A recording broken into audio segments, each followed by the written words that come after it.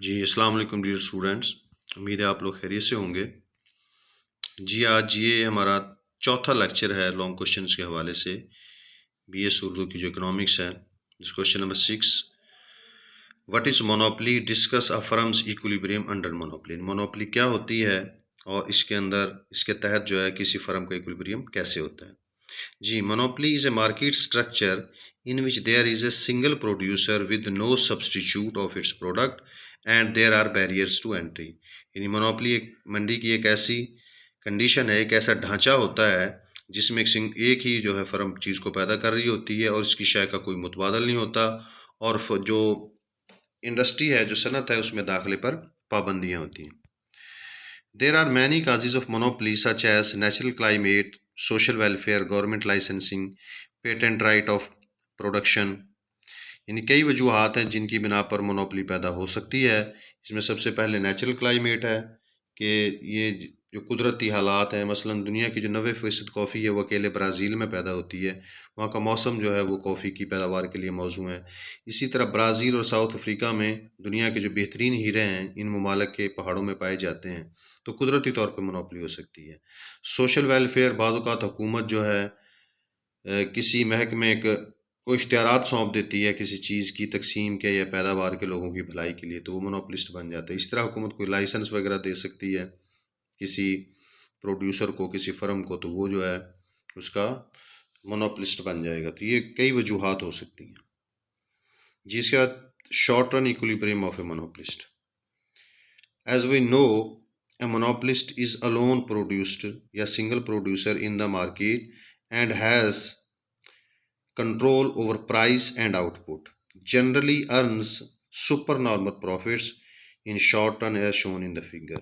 चूंकि जो मोनोपोलिस्ट होता है वो अकेला होता है मार्केट के अंदर, तो इसका चूंकि किसी से कोई मुकाबला नहीं होता और ये इसके चीज़ की पैदावार पर भी इख्तियार हासिल होता है और कीमत पर भी इख्तियार हासिल होता है, तो ये अमूमी तौर पर जो वो गैर मामूली मुनाफा कमाता है, जैसा कि दरअसल डायग्राम में दिखाया गया है। जी, इस डायग्राम में अगर हम देखें तो जो फर्म की जो प्राइस है, ये AR कर्व है फर्म की और ये MR कर्व है। क्योंकि ये नेगेटिवली स्लोप्ड है, क्योंकि जो मोनोपोलिस्ट होता है उसको पैदावार पर और कीमत पर इख्तियार हासिल होता है, इसलिए जो प्राइस लाइन है नेगेटिवली स्लोप्ड होगी। चूँकि हमने एबनॉर्मल प्रॉफिट दिखाना है, इसलिए जो एवरेज कॉस्ट है, ये वाली एवरेज कॉस्ट है, ये कर्व जो है ये प्राइस लाइन से नीचे होगी, और मार्जिनल कॉस्ट उसी तरह इस कर्व को इसके मिनिमम पॉइंट से काट कर गुजरेगी, ये MC है। तो इक्विलिब्रियम पॉइंट E पर होगा, जहाँ MC की जो कर्व है MR को चढ़ते हुए काट रही पॉइंट E पर। यहाँ से सीधे हम एक्स एक्सिस पर जो है परपेंडिकुलर ड्रॉ कर दें तो ये प्रोडक्शन हमें मालूम हो जाएगी, और यहाँ से सीधा हम जाएं AR कर्व के ऊपर, ये पॉइंट C जो है, यहाँ से सीधा हम परपेंडिकुलर ड्रॉ कर दें ऑन वाई एक्सिस, तो ये फर्म की प्राइस मालूम हो जाएगी। तो एवरेज कॉस्ट जो है ये पॉइंट B से लेकर A तक ये एवरेज कॉस्ट है। तो इससे ऊपर ऊपर का ये जो शेडेड एरिया है जिसको हमने A, P1, C, B से जो है शो किया, ये फर्म का एबनॉर्मल प्रॉफिट है, मोनोपोलिस्ट का एबनॉर्मल प्रॉफिट है। तो चूँकि जो मोनोपोलिस्ट होता है अकेला होता है मार्केट के अंदर, इसका किसी से कोई कंपटीशन नहीं होता, किसी से कोई मुकाबला नहीं होता, तो अमूमी तौर पर जो वो एबनॉर्मल प्रॉफिट कमाता है। लेकिन ये कोई जनरल रूल नहीं है कि एक मोनोपोलिस्ट जो है हमेशा जो है शॉर्ट रन में एबनॉर्मल प्रॉफिट ही कमाएगा। But it must be kept in mind that a monopolist in short run may bear loss and can earn normal profit due to following reasons. इसकी वजूहात जो हैं वो दर्ज झैल हैं जिनकी वजह से एक जो मोनोपोलिस्ट है अपने एबनॉर्मल प्रॉफिट से विदड्रॉ कर सकता है, मजबूर हो सकता है इसको छोड़ने पे। Number 1, government intervention. यानी अगर ये ख़तरा हो मोनोपोलिस्ट को कि मैं बहुत ज़्यादा प्रॉफिट जो अर्न कर रहा हूँ, तो हुकूमत जो वो मुदाखलत ना कर दे और कहे कि प्राइस को कम करो, तो इस वजह से जो मोनोपोलिस्ट है वो मजबूर हो सकता है कि प्राइस को कम कर दें और जो है वो लॉस में चला जाए या नॉर्मल प्रॉफिट में चला जाए। सेकंड रीज़न हो सकती है डेंजर ऑफ ए सब्स्टिट्यूट। अगर जो मोनोपोलिस्ट है वो ये महसूस करे कि मेरी चीज़ का जो एक सब्स्टिट्यूट जो है वो मार्केट में आ सकता है, क्योंकि मैं बहुत ज़्यादा प्रॉफिट कमा रहा हूँ, तो इस खौफ की वजह से भी वो प्राइस को कम कर सकता है। इसके बाद number 3, danger of boycott of the consumers. और अगर जो है मोनोपोलिस्ट ये समझे कि जो लोग हैं वो तंग आए हुए हैं इस ज़्यादा प्रॉफिट कमाने की वजह से, और हो सकता है वो जो है उसकी चीज़ का बाइकआउट कर दें, तो इस खौफ से भी वो प्राइस को कम कर सकता है। और डंपिंग, चौथी जो रीज़न हो सकती है वो डंपिंग है। ये सूरत में जो है मोनोपोलिस्ट इख्तियार करता है जब उसने किसी नए आने वाले को उसके कोई मुकाबले पर आना चाह रही हो फर्म, तो जो मोनोपोलिस्ट होता है वो प्राइस को इतना ज़्यादा गिरा देता है और नुकसान में भी चला जाता है, ताकि जो उसके मुकाबले पर आने वाला है वो मुकाबले पर आए ही ना और इससे पहले ही वहाँ से चला जाए, ताकि उस पर मार्केट के ऊपर मोनोपोलिस्ट का कंट्रोल जो है वो बरकरार रहे। तो इन चारों वजूहात में से किसी की भी बिना पर जो मोनोपोलिस्ट है वो नॉर्मल प्रॉफिट और इवन लॉस भी जो वो शॉर्ट रन में बर्दाश्त कर सकता है।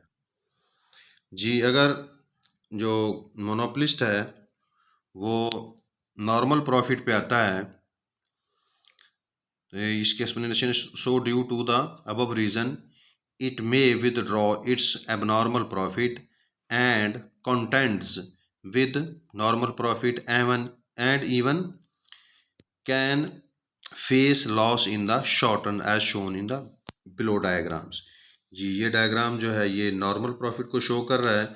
इसमें आपने जो प्राइस है, प्राइस ये आपकी ये एवरेज कॉस्ट के बराबर है। यानी एवरेज कॉस्ट को जब आपने बनाना है तो इस तरीके से बनाना है कि ये प्राइस लाइन को छू कर गुजरे, ये जो वाली प्राइस लाइन है, तो ये एवरेज कॉस्ट है, प्राइस लाइन को छूकर गुजर रही है। उसी तरह ये मार्जिनल कॉस्ट है, ये इसको एवरेज कॉस्ट को मिनिमम पॉइंट पे काट के गुजरती है और एम आर को इस पॉइंट पे अदा करती है। इक्विलिब्रियम वहीं पे होगा जहाँ पे एम सी एम आर के बराबर होगा, तो ये पॉइंट ई जो वो इक्विलिब्रियम को शो करता है।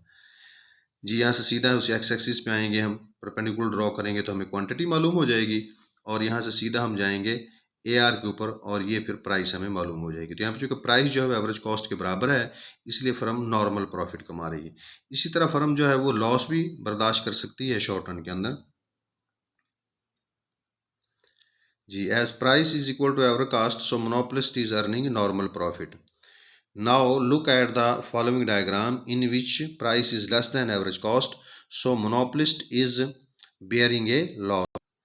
जी, ये जो डायग्राम है ये मोनोपोलिस्ट के जो लॉस है उसको शो कर रहा है। इसमें जब आपने लॉस शो करवाना है तो आपने जो एवरेज कॉस्ट कर्व है इसको जो प्राइस लाइन है आपकी इससे ऊपर ड्रॉ करना है। बाकी उसी तरह एम आर है, ये आर के हमेशा नीचे होता है और ये मार्जिनल कॉस्ट इसी तरह एवरेज कॉस्ट को इसके मिनिमम पॉइंट से काट कर गुजर रही है। ये पॉइंट ई जो है ये पॉइंट ऑफ इक्विलिब्रियम है। यहाँ से सीधा एक्स एक्सिस पे आएंगे क्वांटिटी और सीधा हम ये जाते हैं, ये पॉइंट सी जो है ये प्राइस लाइन को काट रहा है। यहाँ से सीधा वाई एक्सिस पे चले जाएं तो ये प्राइस हो जाएगी और हमने इसका अगर लॉस निकालना है तो यहाँ से सीधा हम एवरेज कॉस्ट पे जाएंगे और इस तरह वाई एक्सिस पे हम परपेंडिकुलर ड्रॉ करेंगे। तो ये जो शेडेड रेक्टेंगल है P1 A B C ये फर्म के लॉस को शो कर रही है।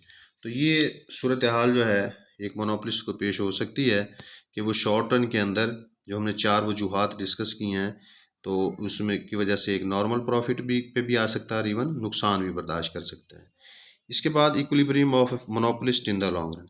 याद रखें कि जब लॉन्ग रन होता है इसमें कोई भी जो फर्म होती है वो नुकसान बर्दाश्त नहीं कर सकती। चुनाचे जो कि जो मोनोपोलिस्ट होता है ये अकेला होता है मार्केट के अंदर, तो आम तौर पर ये जो है नॉर्मल प्रॉफिट कमाता है या abnormal profit. As so a monopolist will earn either abnormal profit or normal profit. जी, ये दोबारा वही डायग्राम है जो पहले नंबर पे हमने बनाया था। अब हम इसको लॉन्ग रन एवरेज कॉस्ट कहेंगे और अब ये ज़्यादा फ्लैटर होगी जो एवरेज कॉस्ट कर्व होगी और ये प्राइस लाइन से नीचे भी होगी चूँकि हमने अब नॉर्मल प्रॉफिट दिखाना है। और इस तरह ये लॉन्ग रन मार्जिनल कॉस्ट है, ये उसी तरह एवरेज कॉस्ट उसके मिनिमम पॉइंट से काट कर गुजरेगी।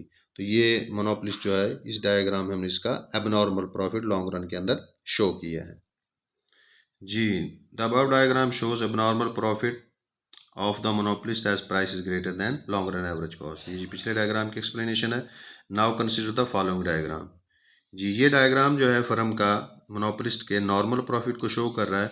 इसमें आपने जो लॉन्ग रन एवरेज कॉस्ट है ये प्राइस लाइन को छू कर गुजरेगी और ये ज़्यादा फ्लैटर होगा जो एवरेज कॉस्ट कर्व है और ये लॉन्ग रन मार्जिनल कॉस्ट इसी तरह जो लॉन्ग रन एवरेज कॉस्ट है इसके मिनिमम पॉइंट से काट कर गुजरेगा और इक्विलिब्रियम आपका उसी पॉइंट पर होना है जहाँ पर एम सी जो है मार को काट कर गुजर रहा है।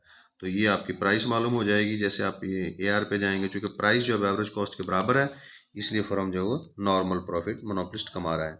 In this diagram the equilibrium takes place at point E, where long run marginal cost is equal to long run marginal revenue is equal to long run marginal cost, and we see that the price is equal to long run average cost, so monopolist is earning normal profit, जो normal profit कमा रहा है जी। इसी के साथ हमारे इस vlog का इख्तिताम होता है।